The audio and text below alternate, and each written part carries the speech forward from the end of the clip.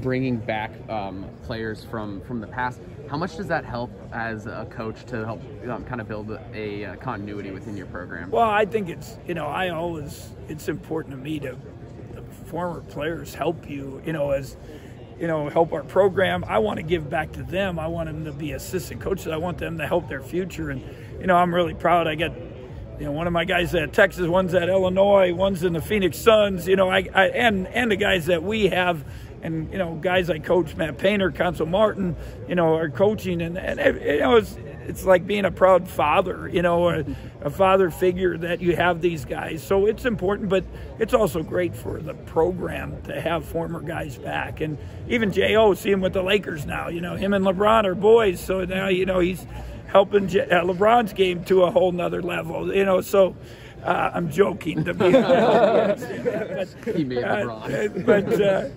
No, but it's good. It's, to see those guys come back and be part of it and then get in the coaching profession and give back, I think it's a great thing. And then, so when you've got guys like Shane Southwell and then J.O. and even Curtis Kelly, how much are they there like, hey, this is how we do things at K-State, this is what we expect at K-State? Oh, there's no doubt. They have that voice, and they all, not only are they closer to age, but they also just played. They won. They were successful. They played, played professional basketball. So I think it always helps. There's no doubt. And years ago, my AD at another school said, "Man, you did an unbelievable job with your staff." He said, "You have somebody in their 40s, some in their 30s and 20s." And I didn't even think about it. I just hired who I thought were the best people.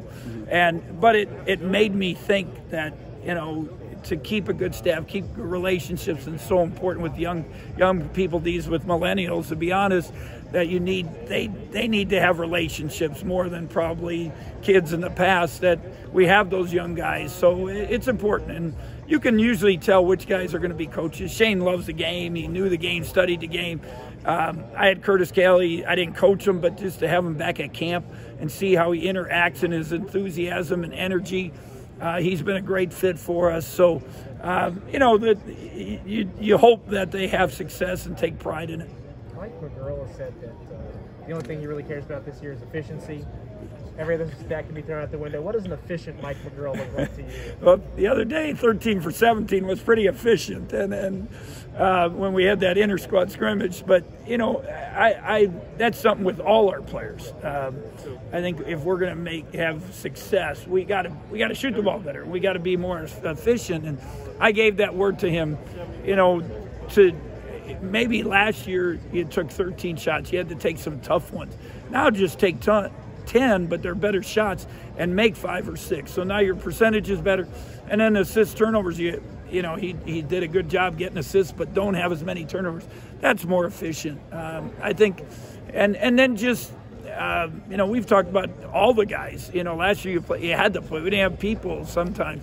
You had 35 minutes, 36 minutes. Now play 30, 31, and be just as productive or maybe more productive in that time. Do you have an idea on where you think Luke's production is going to be this season? And a while ago I did a little media thing, and I said Mark Smith might be the biggest surprise. And Mark has, continue to do well. But Luke, I would say in the last stretch is quietly done really well. And in the scrimmage the other day, he was, when you talk about efficient, I think 6 for 8, hit a couple, 3 for 4 free throws, a few rebounds, guards. His defense has been my biggest surprise with him. So he just gives us another good, solid guy to come in, and he's a great teammate. Luke just comes every day. You don't have to hug him or kiss him or anything. He just comes and plays and does what he needs to do. Marquis Noel, you just talked about, Mike just called him a dog on defense, and his strength's been talked about. Is he going to be able to be that good of a defender against bigger opponents? He can get under you. He's a little zipper, and he can put pressure. You can ask those guys, when he starts guarding you full court, they throw it to somebody else, so they don't have to mess with it. So he I've used the word dynamic. He can change some games for us, I hope, with his ball pressure. And I hope when you talk about efficient, less minutes, maybe we can push our pressure a little bit. They're going to get tired. Now we can rotate people.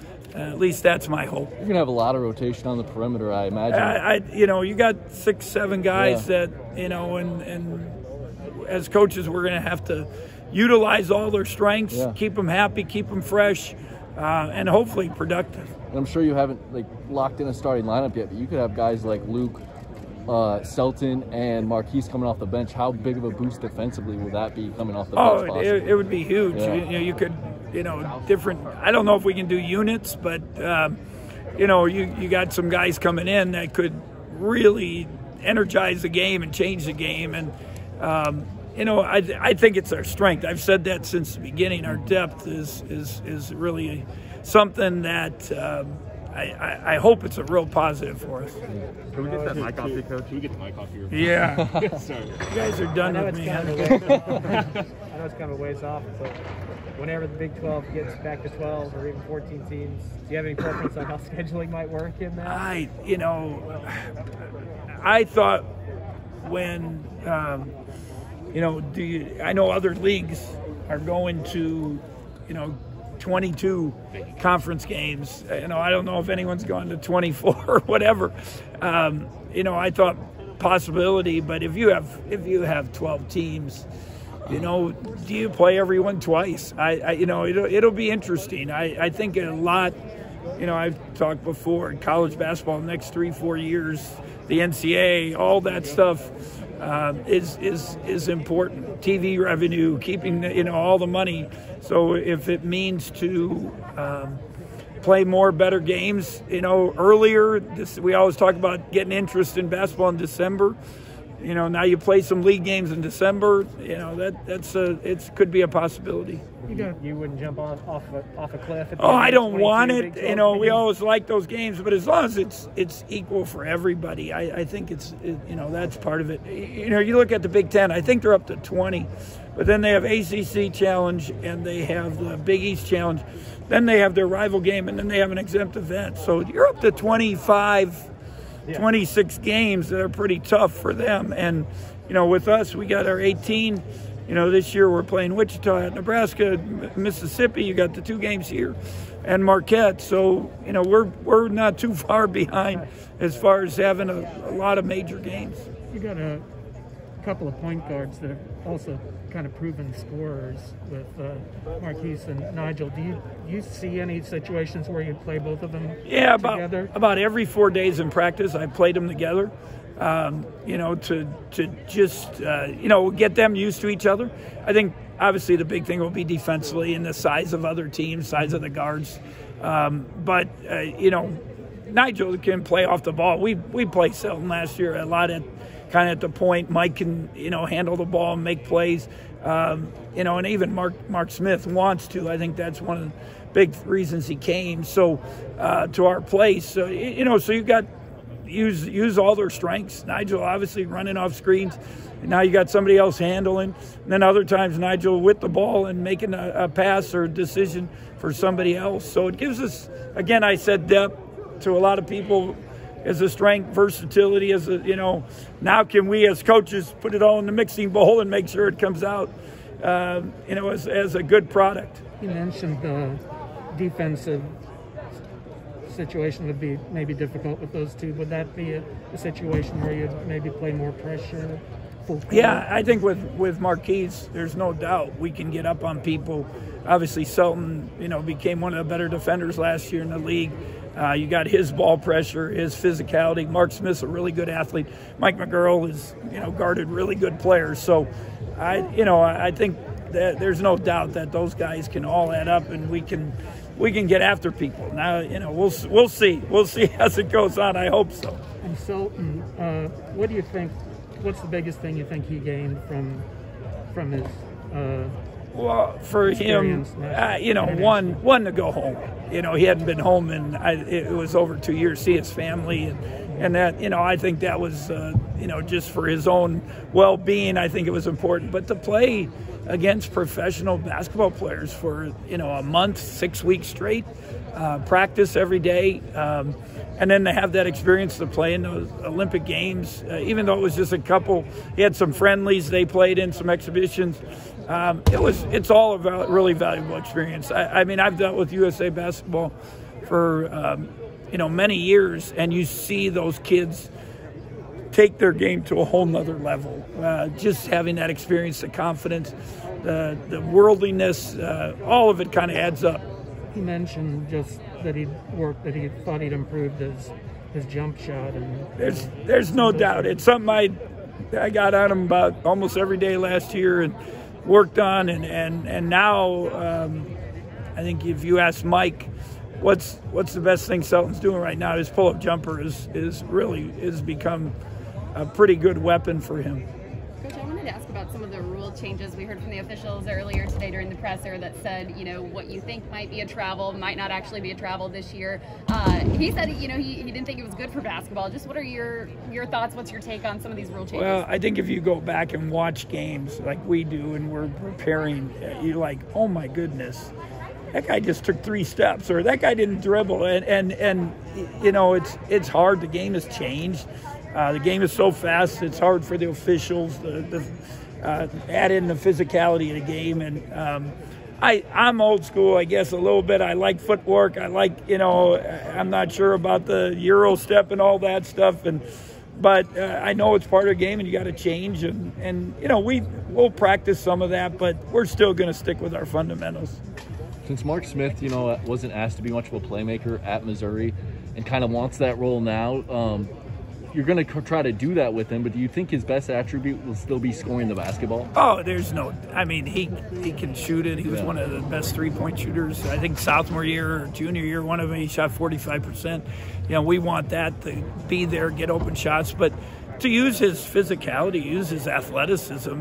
I'm on him about rebounding. Yeah. I mean, this guy, there's some days now that he's like taking a little pride in it. He'll get 6, 8, 9 rebounds in a practice and be one of our leaders. So he should, I hope he does more things I know all guys want to, but he can do those things. He's got the capability. Did you have anyone rebounding at that level in the offseason to begin the year last year? No, rebounding was our weakness if you went back and looked. Mm-hmm.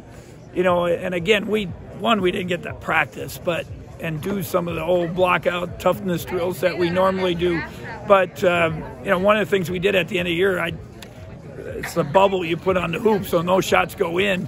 And every day we were doing one drill with that bubble, and it made them rebound. And we're still doing that probably every day, every other day right now, just to concentrate on rebound. I want it to be a strength, not a weakness like it was early in the season last year. So do you think it could be the biggest improvement on the team possibly? I hope it's his turnovers. Yeah. That might be that'll probably determine how good we are. But rebounding always helps. It can be, that when you look at Baylor's team last year, obviously shooting was amazing, defense was amazing, assist turnovers was amazing. But people don't even appreciate how many rebounds they had, offensive rebounds. They didn't miss many shots, but they rebounded probably 30-some% of their misses too. So all those little baskets make a big difference, especially if you're trying to win a game on the road in the Big 12. Coach, I wanted to ask you about the Wichita State game this year. First time playing each other in almost 20 years. What was your reaction when you found out you guys were going to be playing again? Well, actually, I set it up. So, I had talked to Coach Marshall. When we tried to get the exhibition first, we were going to do it for COVID. Obviously, we couldn't do it. And then, he said, that's great, but what about a long-term series? And it's good for college basketball. It's good for the state of Kansas. And, hopefully, they beat us. It might not feel good, but they got, good program, and it's great for fan interest. And so it's all positive, I hope. And, it'll be a tough game. They had a great year last year. Coaches, got them going. And so again, I'm about college basketball, and I think it's a positive step. Can you just talk me through what you're expecting out of the Roundhouse, that fan environment, that matchup? Well, actually, this year we're playing in Intrust, and so we're in the big arena, so that'll allow our fans. That was the kind of deal. We got one game here in Kansas City, one game in Intrust, one game at Bramlage, one game at the Roundhouse. So I played there at Missouri Valley many times. I know the environment's great. Played there even at Purdue years ago. when Coach Fogler was there. So great environment, great fans, great support. Hopefully it'll be a great rivalry that people talk about for years to come. Bruce, we've heard a few things about Marquise's range and his shooting ability. How does he compare to Nigel in that regard?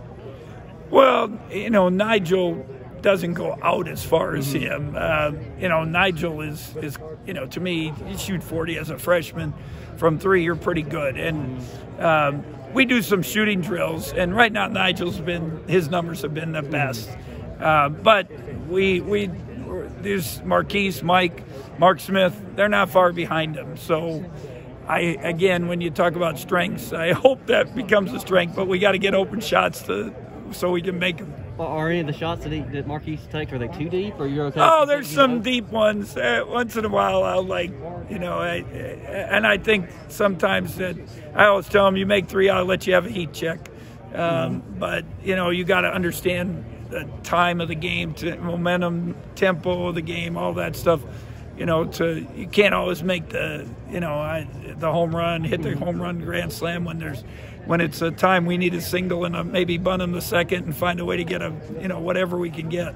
Well, that's kind of a lost art, the small ball stuff in all sports, right? Because everyone wants to go for the home run or the 3. Yeah, and it's the dunk and 3, and it's swinging for the fences in baseball, and but even in football, it's passing is. Yeah. But you watch a game in the Titans, the other day, and that dude's still running pretty good, and they won the game. Yeah. So I thought after the Chiefs game, I thought the Bills might be the best team in football, and that changed a week later. Different opinion. One other thing I wanted to ask real quick was Elton mentioned that he trash talked Lucas on. I mean, how much do you having a player who's willing to trash talk one of maybe 5 to 10 best players in the world? He might have wanted to look at the score before he trash talked. But, okay, granted, but he did say that Luka missed the shot that he had going on. So I know I could see him when I watched the game. I don't think he guarded Luka at the beginning, and I know he was probably dying. He wanted to guard. He always wants to guard the best players. So. But just a great experience for him. My thing is do your talking by your play, and if, and I know it's part of the game right now, but make sure you watch the score and do what you're supposed to do first. What went behind bringing him instead of Nigel? Nigel had he had some things come up that he couldn't get here today. Okay, so, yeah. I guess, just how, you say he's doing the best in practice, so is he still going to be that guy you go to make the plays, at the end of the shot clock, or do you think you have a ton of guys that can do that? Well, I think we have more guys, and usually at the end of shot clocks, it's more stuff off the dribble, and that's what we've talked about. Nigel getting better off the, he's catch and shoot, running off the screens, things like that, but. If he can get better at that, Mike McGurl, Selton with a pull-up, Selton getting the hoop, Marquis, Mark physicality. So I hope we have some better guys, and that's something as coaches we're going to have to figure out, and, we're about halfway done with practice. We got a scrimmage, then we got another half, and, hopefully learn something from that, and then start focusing on last-second special situations, things like that, and then it still might evolve. Yeah.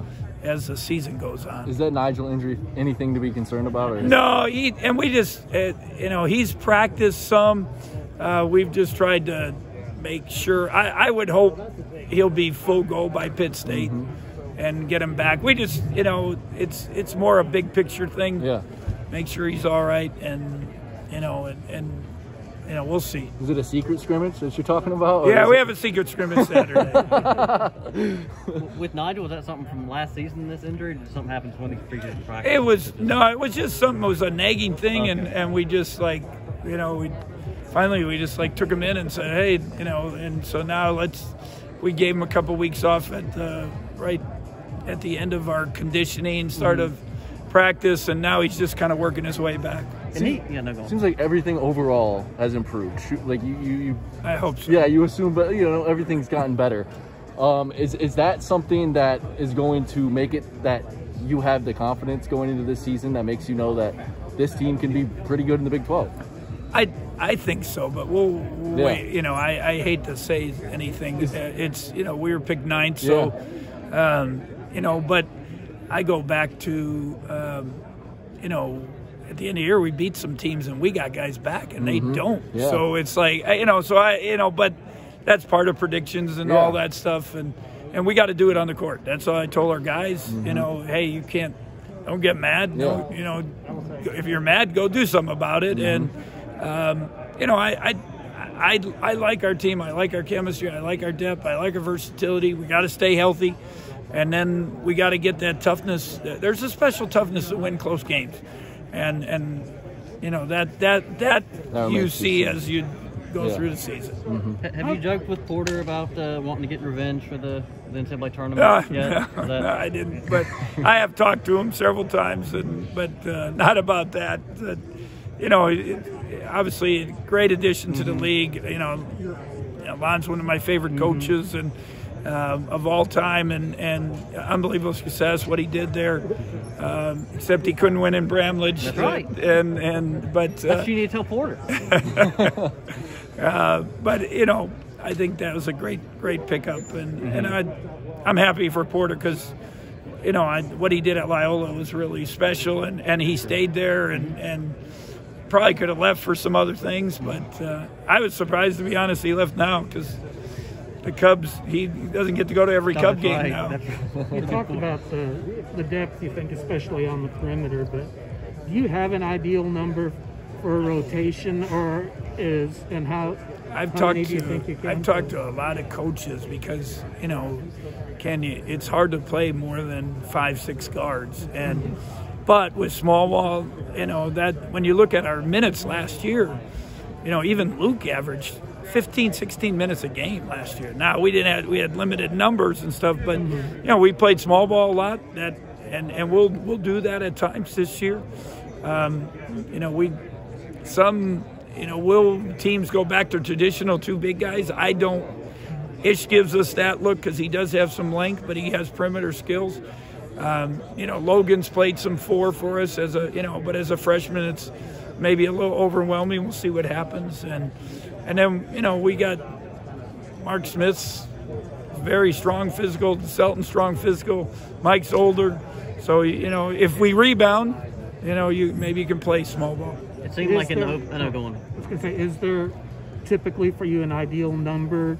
Because you can't. Most guys go 8. Guys 8 or 9 are pretty easy to play. And there's a few coaches that are. They do. I give them credit. They go to 10, maybe 11. I keep telling them this is about them building trust with us. It's not starting to who's in at the end of the game. Those are the guys that get the extra minutes. We can rotate during the game, but that confidence to get that last 5 minutes, who's going to do what we ask and be productive and guard, and that's going to be the tell sign of who gets the extra minutes and how many minutes, I think. So the players will determine how. They will. Yeah. Yes. I was going to ask, it seemed like in the open practice earlier this month and even the open scrimmage last week, it looks like Luke's shooting stroke is really kind of coming. And people, I was telling Stan Weber this morning, I said, Stan, do you understand that young man came to campus, got hurt, first had COVID, contact tracing, and then got hurt and didn't practice for almost 5 months. And then I stuck him in against Texas with 5 days of major college practice. And you're playing, they had 3 guys drafted, I remember, and they had some of the best guards in the country. And we asked Luke to play. And it just, he was trying to get his legs, his feet, everything. And slowly but surely, he got confidence. And I gave everyone a word, for this early stretch. But for him, it's confidence, mojo, feeling good about himself. And you're saying you give each player one word? Yeah, I did. Yeah.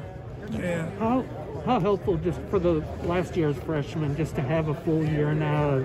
And they're still freshmen. That's the other part. And they got a lot of minutes. There's what's the old saying? When you don't get what you want, you get what you need, and that's experience. And they got experience, and hopefully it'll help them. But again, we'll see how the season progresses. Even in the off, I'm talking about the off-season program. To finish like we did, the spring was their work ethic, their commitment, their into the summer and adding the new guys. And, like I told somebody earlier, I go in and, pick something up at the office on Saturday. Mike McGurl's in there. Marquis is in there. Nigel's in there. Ish is in there. Mark Smith is in there. So, whoever, Sundays, they're there. Logan's there, 9 a.m. on Sunday morning. And so there's a pretty good commitment from them. But again, we got to, I think we have enough depth. I think we have enough versatility. We got to stay healthy. Now can we mix them together and make them all happy and come out with a good cake? How key is the health to the front court? It's with everybody. Yeah. But I think right now you got a little more depth with the guards. And your big guys got to stay healthy. And if they don't, would you see more Maximus and possibly Logan? Well, Max has got to be healthy. He's gone through an injury too. So, and Max Saturday played as well as probably add up all his good days. He's better in one day than that. So he's learning and figuring it out. What do you think about Landers so far through the early parts of his development? Logan Landers. Logan is too hard on himself. He's a freshman. He wants to do well, and so I told his dad actually yesterday. I said he needs to relax, learn, and enjoy, and that's So he'll be fine. He's done okay. He was, Saturday missed all the shots, and he missed, that's just a crisis. But he'll be all right. You mentioned for a quick second earlier about maybe going like pods with the guards, 3 in, 3 out. No, I did. That's what I said. I don't think I would do the rotation. That would be so cool, though. Yeah. Like Kentucky used to have with the 5 and 5. But you never know. We'll see how things go and keep them happy. Do you think you're that deep, though, that you'd be comfortable playing any of the 6 at any time? Oh, yeah. I feel. And again, are they going to guard, be productive, efficient? We'll see. But I think we have Marcus played major college basketball. Marquis has had major numbers, not at the highest level. Ish has scored 30 points in an ACC game, and then the guys we have returning all did, have had pretty good, numbers. So I think and then Luke is the one that, didn't get, but he's really improved and solid. So, but again, we'll see, we got a long way to go. Where do you see Luke